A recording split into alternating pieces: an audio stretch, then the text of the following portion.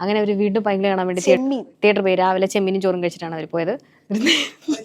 എന്നിട്ട് നേരെ തിയേറ്ററിൽ പോയി എന്നിട്ട് പടം കണ്ടു.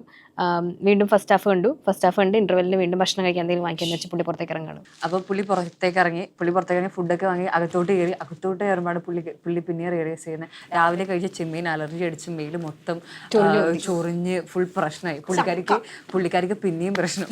അപ്പൊ ഈ പുള്ളി പിന്നെയും പുറത്തിറങ്ങി ഒന്നെന്തെങ്കിലും ഡോക്ടറെ നോക്കുമ്പോ മോളൊരു ചക്ക വീണ് പുള്ളി പിന്നെയും കിടന്നു.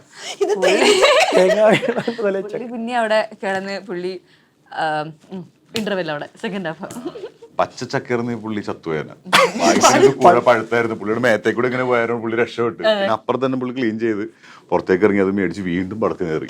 അങ്ങനെ പുള്ളിക്ക് പടത്തിന് കയറാൻ പറ്റുള്ളൂ. മക്കളെ കൊച്ചിയിലാണ് സിനിമ കണ്ടോണ്ടിരിക്കുന്നത്. ആ കൊച്ചിയില് അങ്ങനെ പുള്ളി കണ്ട് സെക്കൻഡ് ഹാഫ് കാണാൻ കയറുന്നു. അങ്ങനെ പടം കണ്ട് ഇവിടെ അങ്ങനെ പുള്ളി പടം കണ്ടിറങ്ങുമ്പോഴേക്കും ഞങ്ങള് തിയേറ്റേഴ്സിന്റെ അവിടെ ചെന്നേക്കാറ്.